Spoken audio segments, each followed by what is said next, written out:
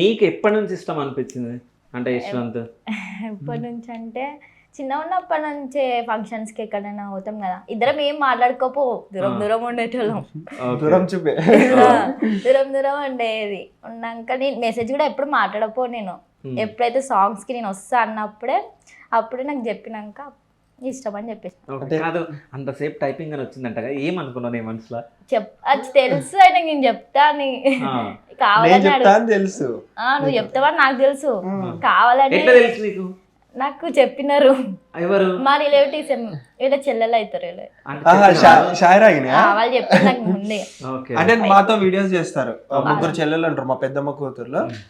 అయితే అవును అక్కడ నేను చెప్పినామంటే నాకు ఇష్టం అని మేము ఒక టెంపుల్కి వెళ్ళాము ఆ రోజు. ఇప్పటి వరకు నీకు తెలియదు ఆమె చెప్పిందని?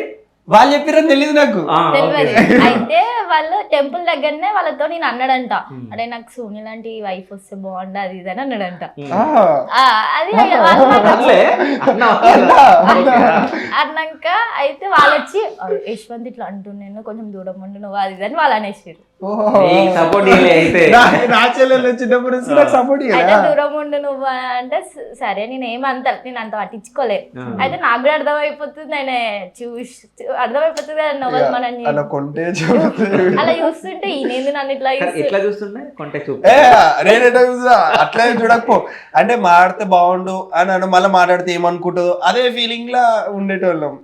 అంటే అర్థమైపోయింది నాకు అక్కడనే టెంపుల్ పోయినప్పుడే అర్థమైపోయింది. మార్నింగ్ టెంపుల్ కి కాదు, ఇప్పుడు వీళ్ళ చెల్లెళ్ళు ఇద్దరు యశ్వంత్ కొంచెం దూరం ఉన్నట్టు నువ్వు దగ్గరేనా?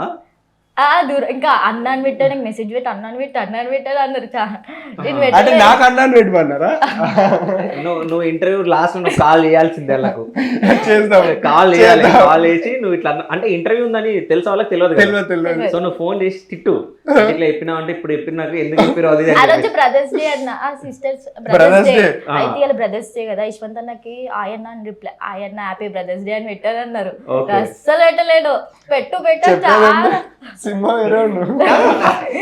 అసలు ఇదంతా ఏం తెలియదు నాకు తెలియదు బ్రదర్ వీళ్ళు అసలు నేను ఏం చెప్పలే, హ్యాపీ బ్రదర్స్ డే అని కూడా ఏం పెట్టలే.